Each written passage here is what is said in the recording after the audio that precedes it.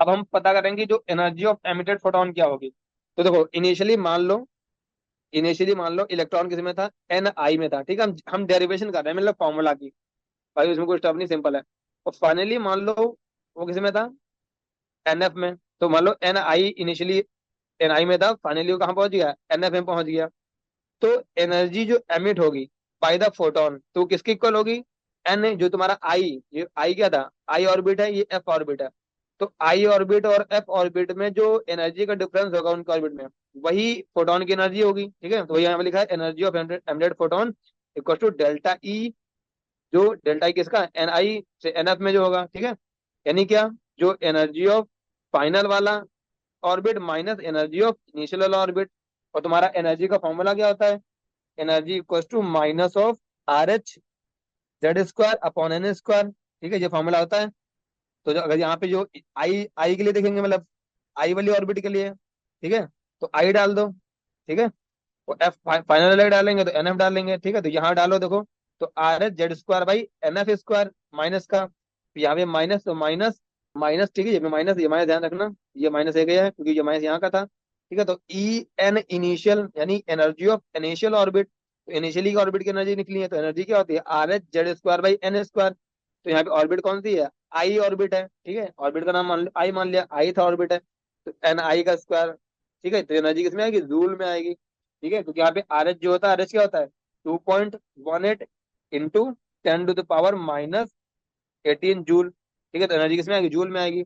हमने क्या किया, जो तुम्हारा यहाँ से कॉमन निकल सकता था हमने कॉमन निकाल लिया, तो R H Z square common आ गया, ठीक है। तो ये माइनस का 1/एन एफ स्क्वायर बचा, और ये माइनस माइनस क्या हो जाएगा, प्लस, तो प्लस का 1/एन आई स्क्वायर। तो जो प्लस वाले को मैंने पहले ही लिख लिया ताकि थोड़ा देखने में अच्छा लगे, ठीक है। तो फाइनली तुम्हारा फॉर्मूला क्या बन गया, फाइनली तुम्हारा फॉर्मूला बन गया ये, कि जो डेल्टा ई होगा, जो फोटोन की एनर्जी होगी, जो फोटोन वहां से निकलेगा, वो कितना होगा, 2.18 into 10 to the power -18 into Z square, 1/एन आई स्क्वायर माइनस 1/एन एफ स्क्वायर। और तुम्हारा जो क्या बोलते हैं, अगर इलेक्ट्रिक वोल्ट में देखना हो एनर्जी, तो इलेक्ट्रिक वोल्ट में कितना होता है, ये 13.6 होता है। यहाँ पे जो एनर्जी का फॉर्मूला क्या बन जाता है इलेक्ट्रिक वोल्ट में, माइनस का 13.6 Z square upon N square, ठीक है। तो वहां पे कितना आ जाएगा, ये 13.6 आ जाएगा, ठीक है। यहाँ पे 2.18 था, तो जूल में होगा, तो अगर जूल में निकालना होगा तो तुम इस फॉर्मूले का यूज करोगे, और अगर इलेक्ट्रिक वोल्ट में निकालना होगा तो इसका यूज करोगे। जो तुम्हारा क्या होगा, जो फोटोन निकलेगा, ठीक है, ये जो ट्रांजिशन करके, मैंने क्या था हर बार क्या था, जब भी तुम्हारा किसी स्टेट से किसी स्टेट में आता है तो ट्रांजिशन होगा, तो उससे जो फोटोन निकलेगा तो उस फोटोन का फॉर्मूला ये होगा। मान लो उसने बोल दिया कि n = 2 से n = 1 में आया, तो बताओ उसकी फोटोन का एनर्जी क्या होगा, तो लगा दोगे। मान लो उसने बोल दिया 5 से 3 में आया, तो लगा दोगे, ठीक है। तो तुमको फॉर्मूले करना हो फॉर्मूले कर लो, या तुम ऐसे भी कर सकते हो, तुम उसका फिफ्थ ऑर्बिट का एनर्जी लिख लो इस वाले फॉर्मूले से, और फिर तुम उसके थर्ड वाले के लिख लो, सब्ट्रैक्ट कर दो, ठीक है। तो बस फॉर्मूला तुम्हारे बुक में दिया होता है, इसलिए मैंने फॉर्मूला डिराइव करके दिखा दिया सिंपल, ठीक है। बाकी कोई जरूरी नहीं कि हम फॉर्मूला यूज करें, ठीक है। तुमको ई एन का फॉर्मूला पता है, ई एन के फॉर्मूले से तुम जो एन वैल्यू दी है डालो, फाइनल में से इनिशियल करो, वही एनर्जी ऑफ फोटोन होगी। तो ऐसे क्या होगी, जब एनर्जी ऑफ फोटोन आ गई तो एनर्जी से हम फ्रीक्वेंसी निकाल सकते हैं। तो ठीक है, तो डेल्टा ई करते हो एच न्यू होता है, ठीक है।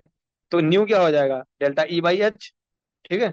तो न्यू इक्वल्स टू जो तुम्हारा डेल्टा ई वाला, जो हमने फॉर्मूला ऊपर वाला डाल दिया यहाँ से, ठीक है, ये यहाँ से डाल दिया हमने इस वाले से, ये डेल्टा ई बाई एच, ठीक है। तो ये फ्रीक्वेंसी का फॉर्मूला आ गया।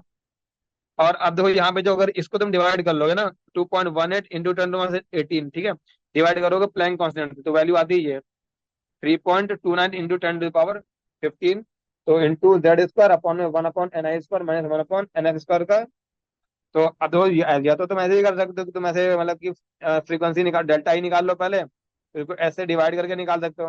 बट देखो एग्जाम में क्या होता है कि भाई तुमको मैंने ऑलरेडी जो मैं कहता आया हूँ, तो जिसको याद होता है वो तुरंत करके निकल जाएगा। अगर तुमको याद नहीं है, अब एग्जाम में कैलकुलेटर तो होता नहीं है, तो तुम 2.18 को क्या करोगे, 6.62 से डिवाइड करोगे, ठीक है, निकालोगे उसको। और जिसको याद होगा, ये direct formula 3.29 into 10 to the power 15 आता है, ठीक है। तो वो क्या करेगा, 2 मिनट में क्वेश्चन सॉल्व करके आगे बढ़ जाएगा, ठीक है। तो यही सब चीजें डिफरेंस लाती हैं एग्जाम में, मार्क्स में डिफरेंस यही सब चीजें लाती हैं। इसीलिए चीजों को बार बार पढ़ना होता है, नोट बनाने होते हैं, शॉर्ट नोट्स बनाने होते हैं, एग्जाम टाइम में वही शॉर्ट नोट्स पढ़ने होते हैं। तो ये हमने क्या निकाली, फ्रीक्वेंसी, फ्रीक्वेंसी के बाद क्या निकालेंगे, वेवलेंथ, ठीक है। तो अब देखो हर चीज के लिए फॉर्मूला लिखने की कोई जरूरत नहीं है, तुमने डेल्टा ही निकाल लिया, डेल्टा ई को एच न्यू होता है, ठीक है। और न्यू क्या होता है, सी बाई लेमडा होता है, ठीक है। तो सी तुम्हारा जो लेमडा क्या हो जाएगा, H C by delta E, ठीक है। तो तुमको जो ई वन ई टू होगा तुम उसको पहले डेल्टा ई निकालोगे, उसके बाद H C upon delta E से वैल्यू निकालोगे तो वैल्यू तुम्हारी तुमको वेवलेंथ मिल जाएगी। तो लेमडा इक्वल टू होता है 12400, ठीक है, 12400 अप्रो अपॉन में डेल्टा ई, ठीक है, ये फॉर्मूला आता है जब ये तुम वैल्यू डाल दोगे सारी। बट यहाँ पे एक क्या कैच है क्या, कि तुम्हारा डेल्टा ई तुमको किस में डालना है, इलेक्ट्रिक वोल्ट में डालना है, ठीक है। जब इलेक्ट्रिक वोल्ट में डालोगे तब ये फॉर्मूला वर्क करता है, क्योंकि तुम्हारी लैम्डा क्या है, लैम्डा तुम्हारा मीटर इसकी यूनिट होती है तो ऐसा यूनिट होती है, इसको तुम ई से डिवाइड कर दो, ठीक है, क्योंकि तुम्हारा डेल्टा ई होता है, मान लो तुम्हारा जूल में दिया होता है, ठीक है। अगर तुम इलेक्ट्रिक वोल्ट में डालोगे, अगर ई से डिवाइड करोगे ना, ई अगर तुमने इलेक्ट्रिक वोल्ट में डाला तो यहाँ से ई कट जाता है, ठीक है, इसलिए तुम्हारा ये फॉर्मूला किसके आता है, इसलिए तुमको इलेक्ट्रिक वोल्ट में एनर्जी डालनी पड़ेगी। तो ये तुम्हारा डायरेक्ट फॉर्मूला है, ठीक है, इसको याद कर लेना।